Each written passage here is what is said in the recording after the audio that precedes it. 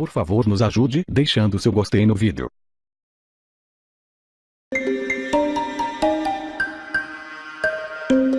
E o Irma perdeu a força, isso depois de deixar mais de 40 mortos no Caribe e nos Estados Unidos. Na Flórida, mais da metade da população está sem energia. A tempestade, agora não é mais furacão, é uma tempestade, seguiu rumo aos estados da Geórgia e do Alabama. A tempestade tropical Irma chegou ontem à noite ao estado da Geórgia e trouxe ventos fortes, chuva e alagamento. Os efeitos também foram sentidos na Carolina do Sul. Charleston entrou em estado de emergência por causa das enchentes. Ainda na Flórida, a chuva deixou boa parte de Jacksonville debaixo d'água.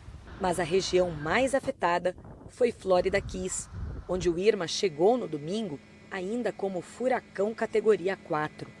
Aqui em Miami, 24 horas depois da passagem do furacão Irma, alguns bairros que receberam ordens da prefeitura para serem esvaziados continuam fechados, inclusive para os moradores. É o caso desse aqui, Miami Beach. As únicas pessoas que estão aqui hoje são aquelas que desafiaram essa ordem.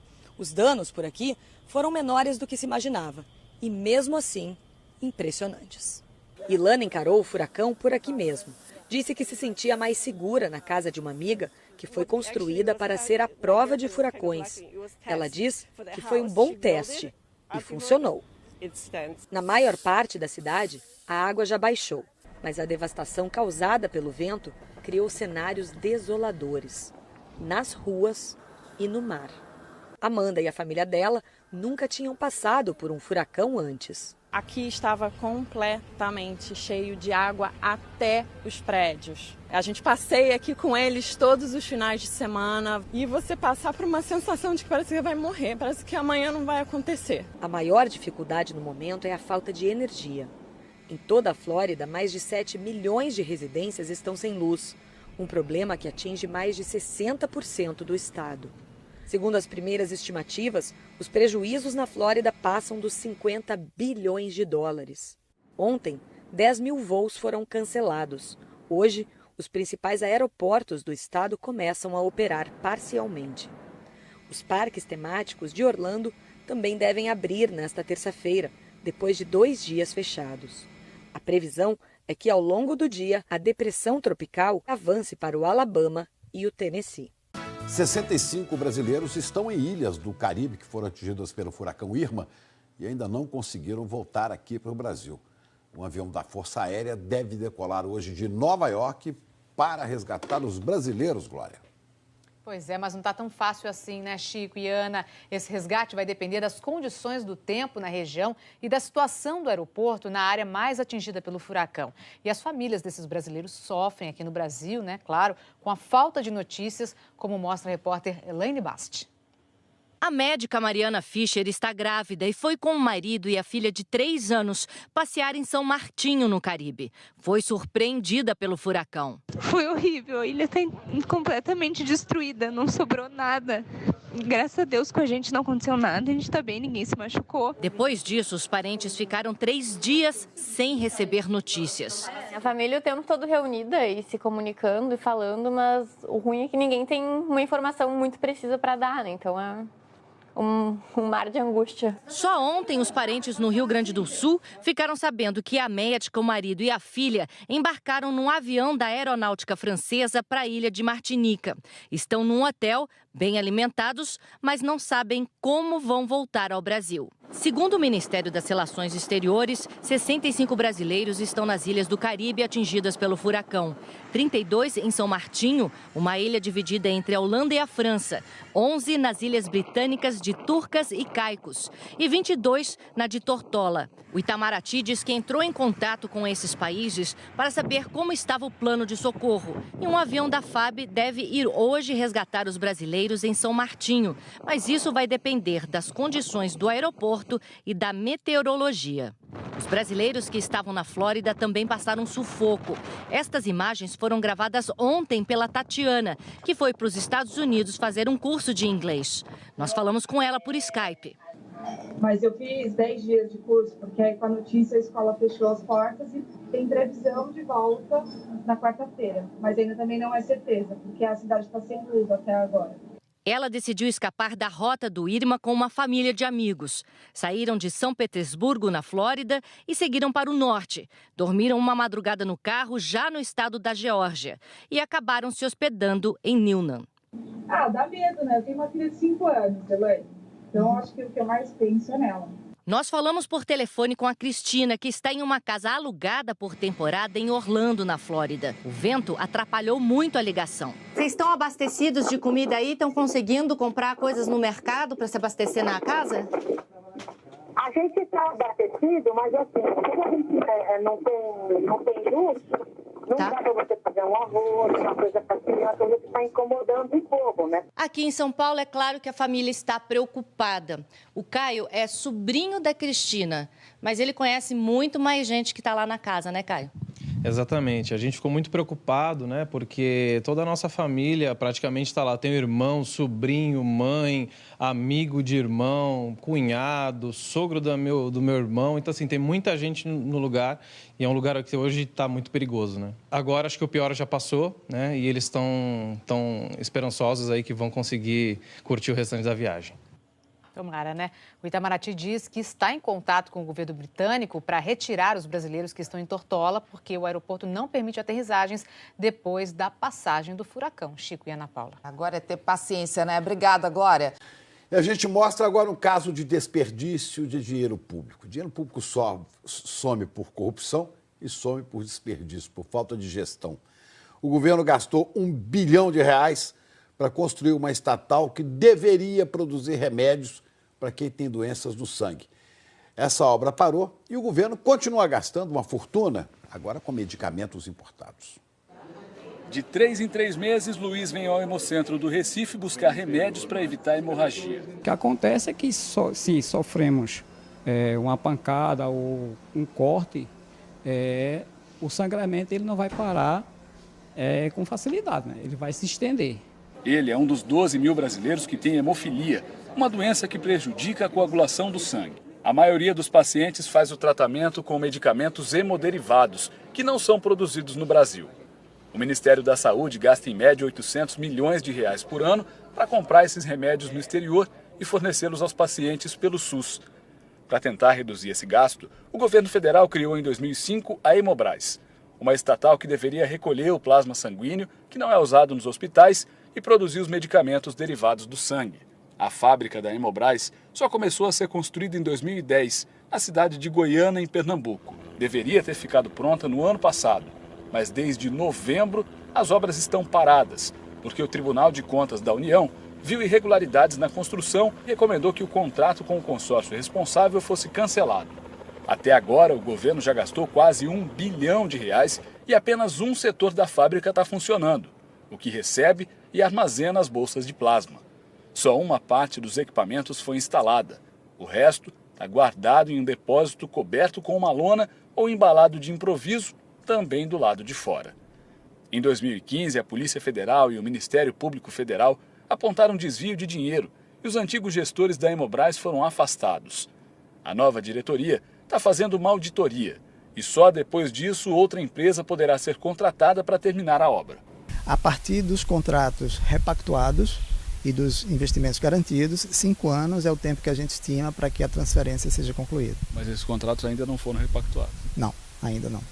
O sangue recolhido pela Hemobras vinha sendo enviado à Europa como matéria-prima para retornar ao Brasil transformado em remédios. Mas no ano passado, o laboratório francês LFB, outro parceiro da Hemobras, perdeu a licença da Anvisa que permitia essa operação.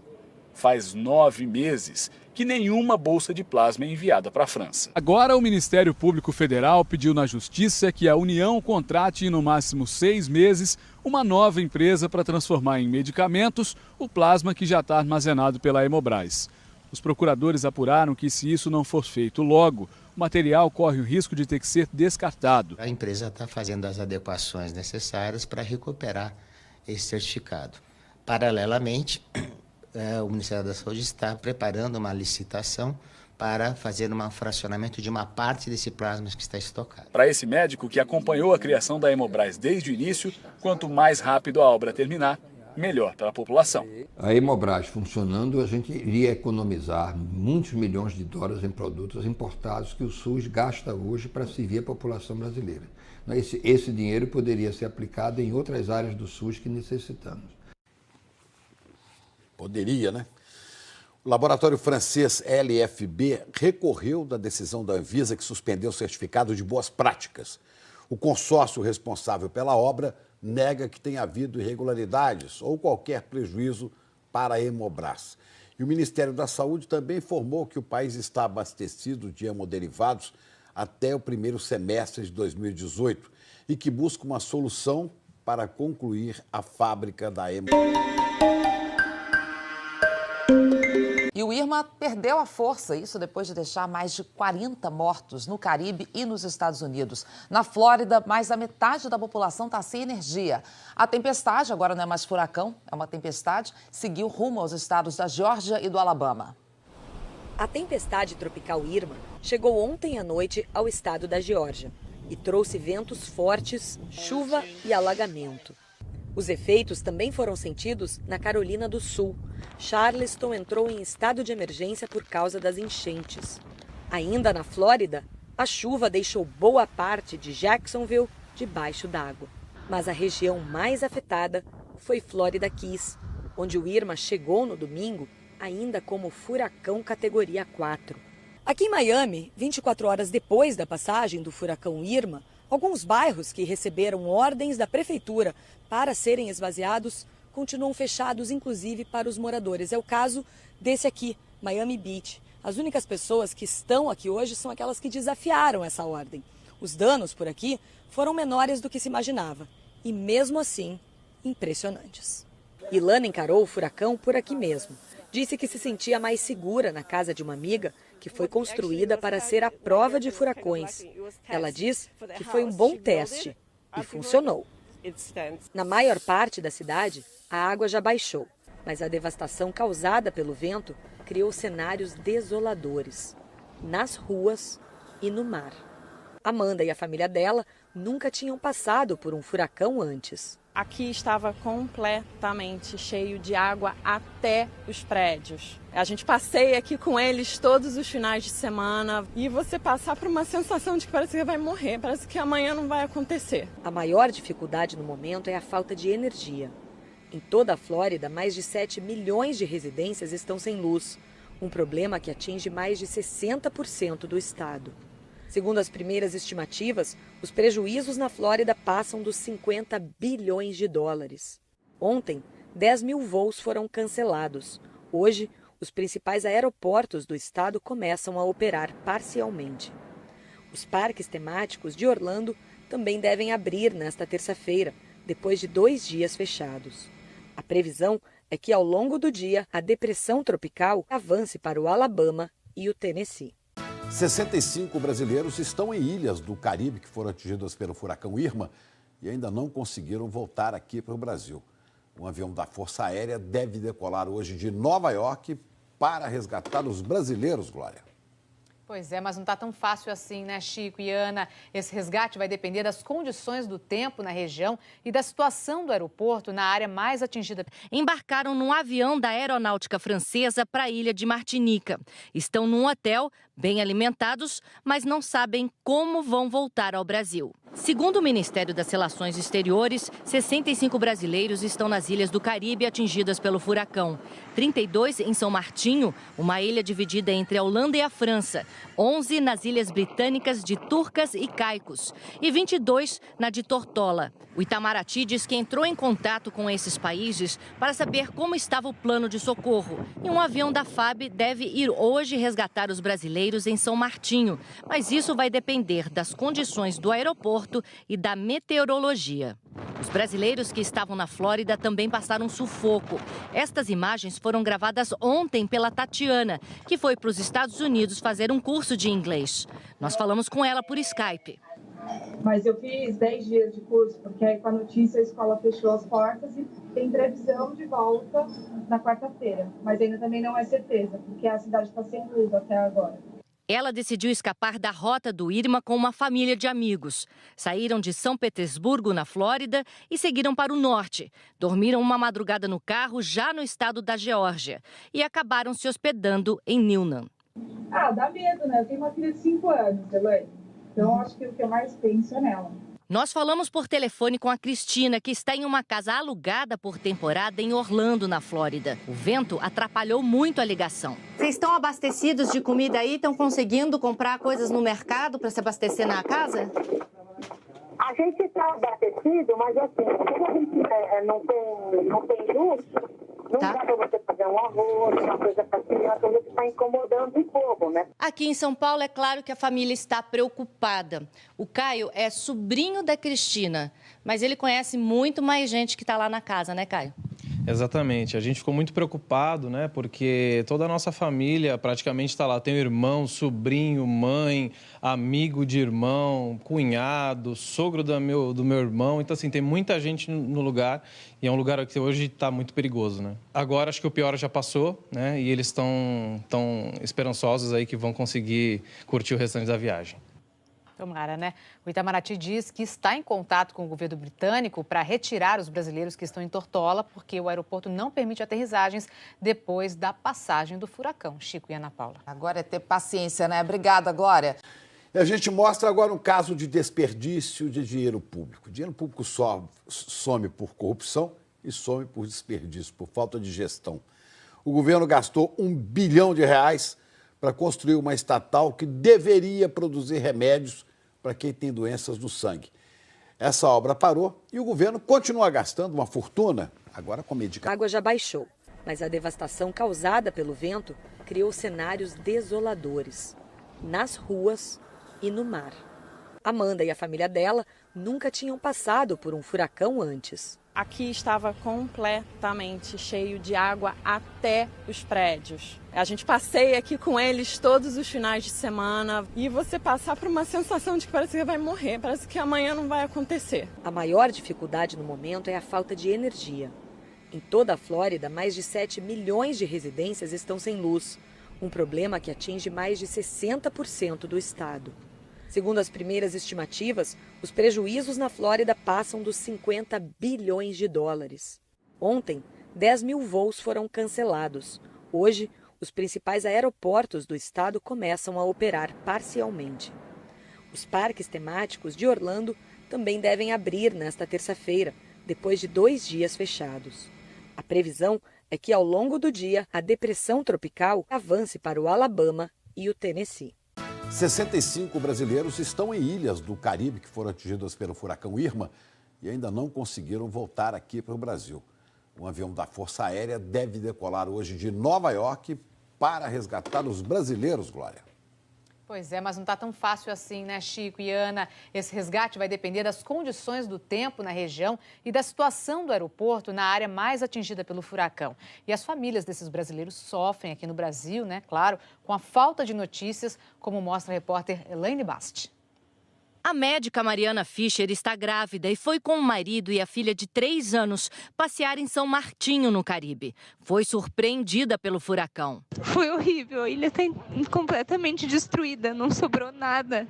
Graças a Deus com a gente não aconteceu nada, a gente está bem, ninguém se machucou. Depois disso, os parentes ficaram 3 dias sem receber notícias. A família o tempo todo reunida e se comunicando e falando, mas o ruim é que ninguém tem uma informação muito precisa para dar, né? Então é um mar de angústia. Só ontem, os parentes no Rio Grande do Sul ficaram sabendo que a médica, o marido e a filha embarcaram num avião da Aeronáutica Francesa para a ilha de Martinica.